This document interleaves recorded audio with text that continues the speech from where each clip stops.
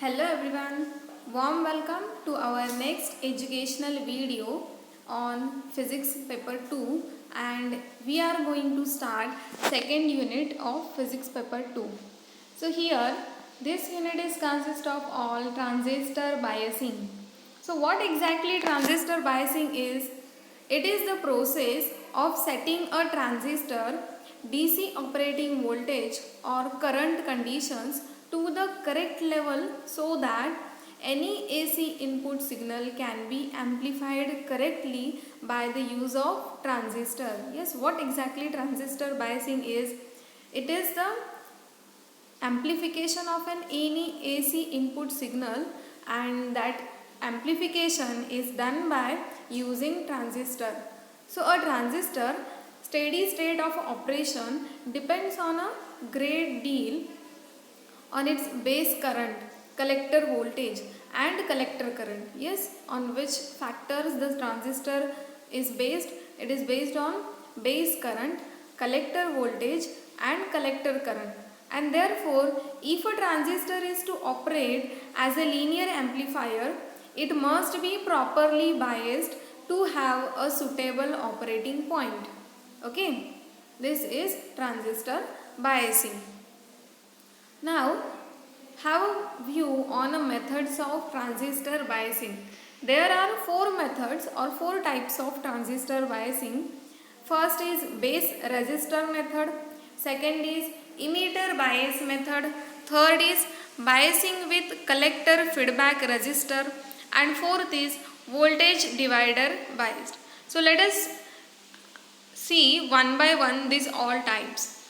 First is base resistor method. In this method, a high resistance R beta. High resistance is denoted as R beta, having a resistance of about 100 kilo ohm, approximately 100 kilo ohm. That high resistance or R beta is connected between the base and positive end of supply for NPN transistor, and between base and negative end of supply for PNP transistor. Here the required zero signal base current is provided by VCC. Okay, zero signal base current is provided by VCC and it flows through R beta. Okay, that VCC is flowing through R beta, means the high resistance, and it is because now base is positive with respect to the emitter, that is base emitter junction is forward bias. Okay, if the value of base is positive, that time we can say here it is base emitter junction is forward biased, and if it is in negative value, then we can say it as reverse bias. Okay, now here the value is positive, that means base emitter junction is forward bias. The required value of zero signal base current I beta, and hence IC is equal to beta I beta, can be made to flow by selecting the proper value of base resistor, that is R beta. Okay, now see circuit analysis. It is required to find out the value of R beta so that required collector current flows in the zero signal condition. Okay, here we are going to find out the value of R beta, and here we have considered the current as a IC, which is zero signal collector current. So the formula becomes I beta is equal to IC upon beta. Okay, this is base resistor method. Now look at second method, that is emitter biased method. Emitter bias is a very good and stable way to bias transistor if both positive and negative power supplies are available. Okay, here that is a condition of emitter bias method. If both the positive and negative power supplies are available, that time this bias can be performed as a very good and stable transistor. So emitter bias fluctuates very little with the temperature variation and transistor replacement. Okay, temperature does not affect this emitter bias method, that's why the fluctuation is very little. This is second method, that is emitter bias. Now let us see third method, that is collector feedback bias. Collector feedback bias is kept stable with negative feedback, although it is not as stable as voltage divider or emitter. Okay, it is stable with negative feedback, but it is not stable as like the previous two methods. Okay, that is voltage divider or emitter. With increases of IC, less voltage is applied to the base. With less IB, IC comes down as well. Okay, as the value of IB decreases, value of IC also decreases. So the two key formulas are given here, that is IB is equal to VC minus VBE divided by RB, and the formula for IC is VCC minus VBE upon RC plus RB divided by beta DC. Here assuming IC is bigger than IB. Okay, so if the values of VC, VBE, RB, RC, beta, these values are given here or these values are known, in that case we are able to find the values of IB, that is base current, and IC, that is collector current. Okay, this is about third method. Now look at the fourth method, that is voltage divider bias method. This is the most widely used method of providing biasing and stabilization to the transistor. Okay, this method is generally used for biasing and stabilizing the transistor. And in this method, two resistances, that is RB1 and RB2, are connected across supply voltage, that is VCC. Okay, here we are having two resistances, that is RB1 and RB2, and these two resistances are connected across VCC. Okay, that is supply voltage, and this transistor provides biasing. The emitter resistance, that is RE is emitter resistance and RC is collector resistance. So RE provides stabilization and VCC provides biasing. The name of voltage divider comes from the voltage divider formed by RB1 and RB2. The voltage drop across R2 forward biases and the base emitter junction, and the causes the base current, and hence collector current flows in the zero signal conditions. Okay, here the value of that I is also 0, that's why here the collector current is forward biases. Okay, so these are all four methods of transistor biasing. If you see the difference between base bias and emitter bias, we will have Q point values, that is IC is approximately equal to IE, that is collector current, and emitter current. So this is same in emitter bias as well. Collector current is approximately equal to emitter current, that is Q point values. And the formula for collector current in base bias is beta in bracket VCC minus VBE upon RB.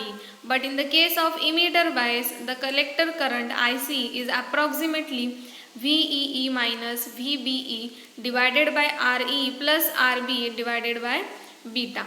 Now, collector to emitter voltage in the case of base bias is given as VCE is equal to VCC minus ICRC.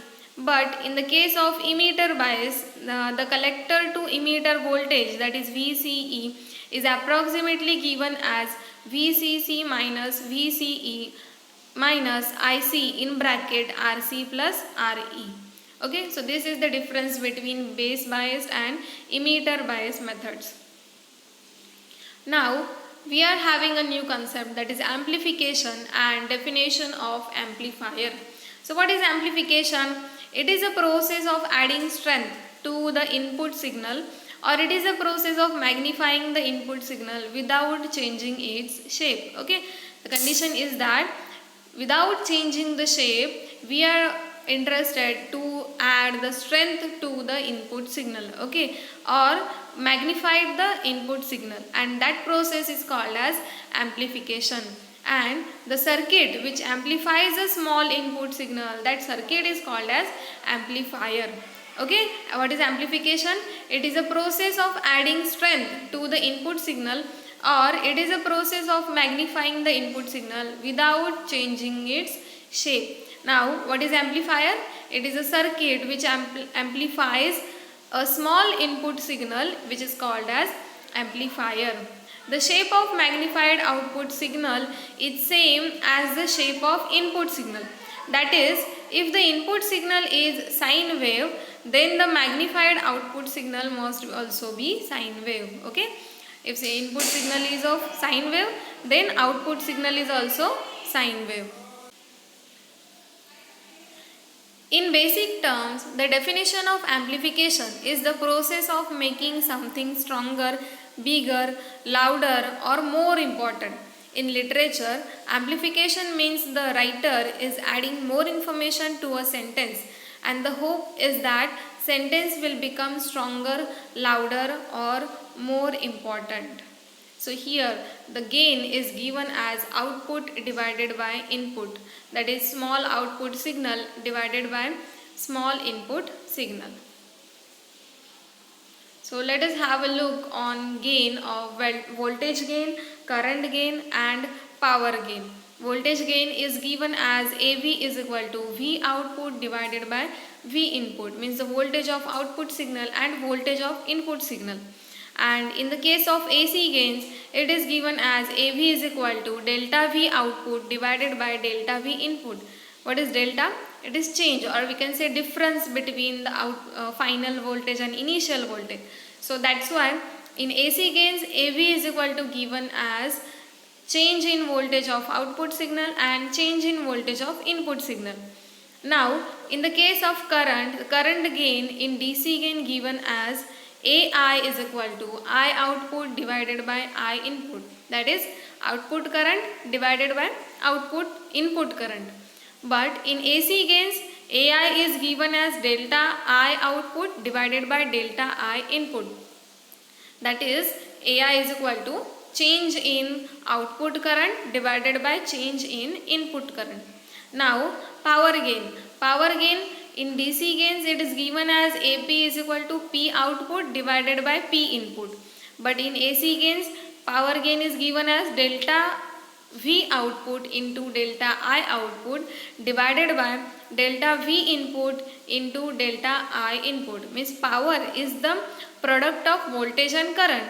So that's why in AC gains, the power gain is given as product of change in voltage and change in current of output signal divided by product of change in voltage and change in current of input signal. So it is sometimes written as AP is equal to AV into AI, means power gain is equal to voltage gain into current gain. So delta is change in. Now voltage gain in decibels is also given as 20 log AY decibels, and the current gain is represented as current gain in decibels is equal to 20 log AI, and that's why power gain in decibels is given as 10 log AP decibels. Okay, so these are another formulas for having voltage gain, current gain and power gain. So these are some formulas for the same. And now have a look on feedback of amplifier circuits. Feedback is to return part of the output to the input. Okay, you all know what exactly feedback is. It is the return part to the output to the input for a circuit or a system, and it or we can say amplifiers in our context. Feedback is very useful control theory and systems and is all well researched. Okay, amplifier circuit can have negative feedback and positive feedback. Negative feedback returns part to the output to oppose the input. Okay, negative feedback means it opposes the input signal, but whereas positive feedback, it aids the input signal. Both negative and positive feedback are used in amplifier circuits. Negative feedback can reduce the gain of the amplifier, but it has many advantages like stabilization of gain, reduction of non-linear distortion and noise, control of input and output impedances and extensions of bandwidth. Okay, negative feedback is reducing the gain of amplifier, but it has more advantages than positive feedback. So here we have completed transistor biasing, methods of transistor biasing, then about gain, current gain, voltage gain, power gain, and lastly we have seen feedback of transistor biasings. Okay, so here we have completed second unit, and write this concept in your notebook, and we will see next unit in next video. Till then, thank you and bye bye.